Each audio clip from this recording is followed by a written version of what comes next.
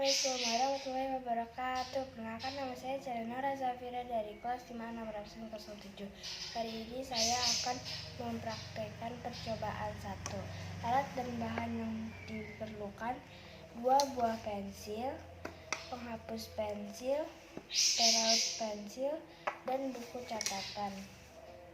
Langkah kegiatan yang pertama, ambil pensil yang masih utuh. Perhatikan dan gambarlah.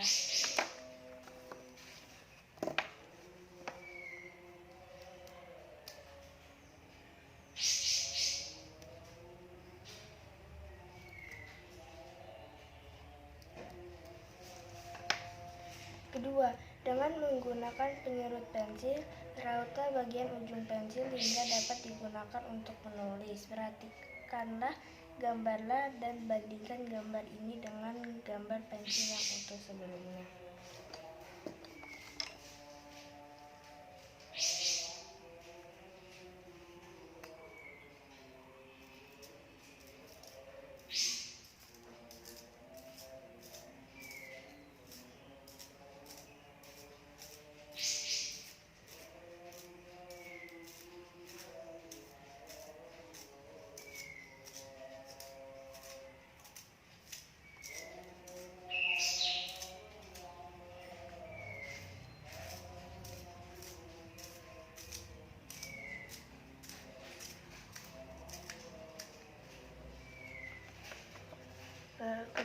Ketiga, ambil penghapus pensil, amati bentuknya dan gambarlah.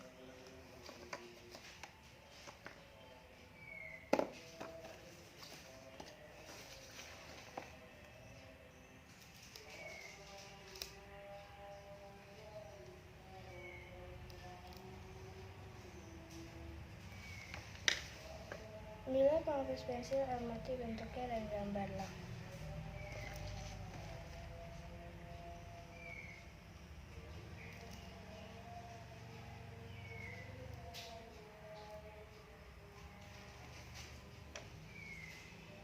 Gosokkan penghapus tersebut ke permukaan meja yang rata dan halus selama beberapa saat. Amati bentuknya, terutama pada bagian yang digosokkan.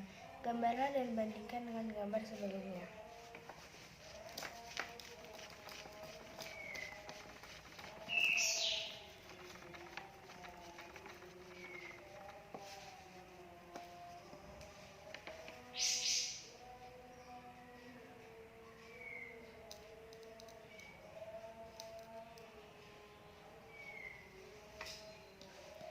Diskusikan, apa ujung pensil berubah setelah diraut?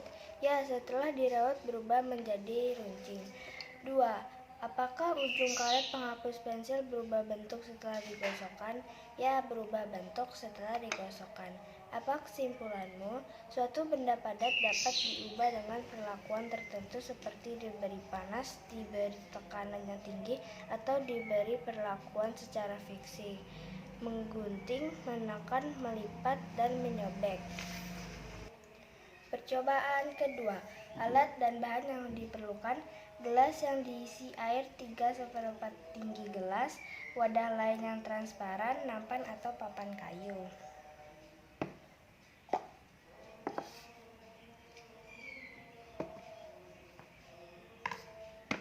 Langkah pertama, letakkan gelas yang berisi air pada permukaan yang rata, amati dan gambarlah.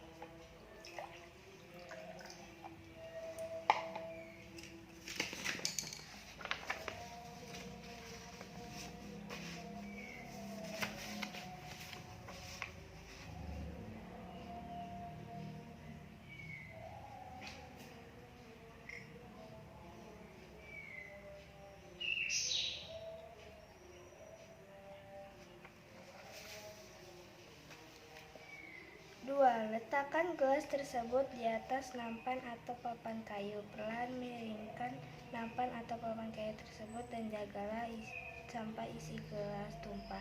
Perhatikan dengan saksama, lalu gambarlah dengan bandingkanlah.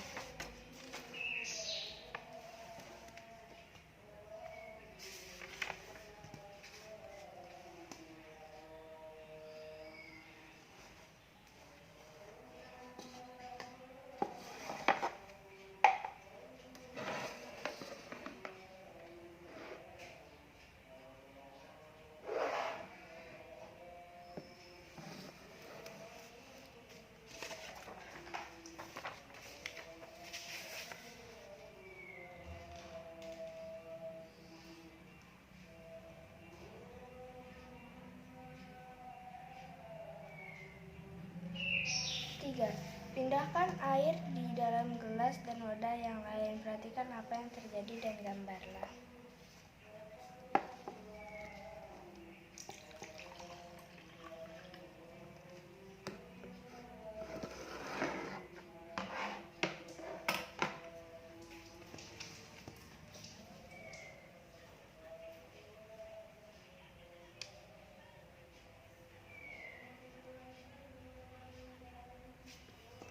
Keempat, tuangkan air tersebut ke tanah. Perhatikan apa yang terjadi dan catatlah.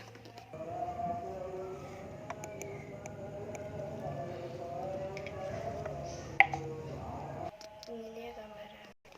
Diskusikan. Pertama, bagaimana bentuk permukaan air di gelas saat sebelum dan sesudah dimiringkan? Bentuk permukaan air tetap datar, baik sebelum maupun sesudah dituangkan.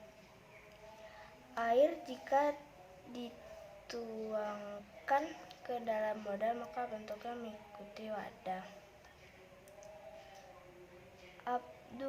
Apakah yang terjadi ketika air dituangkan ke dalam wadah yang lain? Air jika dituangkan ke dalam wadah maka bentuknya mengikuti wadahnya. Ketiga, bagaimana cara air tersebut dapat mengalir? Sifat air adalah mengalir ke tempat yang lebih rendah. Keempat, apa yang terjadi ketika air dituangkan ke tanah? Kemanakah air itu mengalir? Air akan meresap ke dalam tanah, mengalir ke tempat yang lebih rendah, sehingga air di permukaan tanah tersebut lama-lama akan habis. 5. Apakah kesimpulanmu? Kesimpulannya adalah sifat dari benda cair bentuknya tidak tetap, selalu mengikuti bentuk wadahnya. Bentuk dari permukaan air adalah datar. Benda cair bersifat mengalir ke tempat lebih rendah, menekan ke segala arah, serta meresap melalui pori-pori atau celah-celah. Percobaan 3.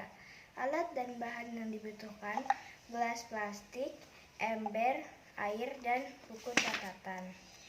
Langkah kegiatan yang pertama, isilah ember dengan air sampai 3,5-nya. Masukkan gelas ke dalam ember dengan posisi menelungkup. Perhatikan apa yang terjadi. Ketiga, miringkan gelas perlahan-lahan di dalam ember. Amati apa yang keluar dari gelas tersebut.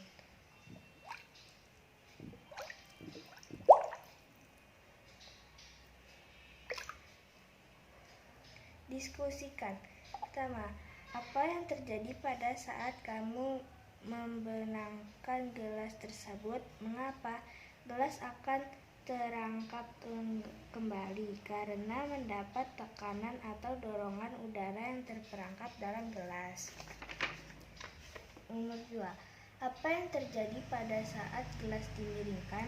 Mengapa hal itu terjadi? Akan keluar gelembung udara karena dalam gelas berisi udara yang terperangkap. 3. Apakah kesimpulanmu dari percobaan ini? Sifat benda gas adalah mengisi seluruh ruangan yang ditempatinya.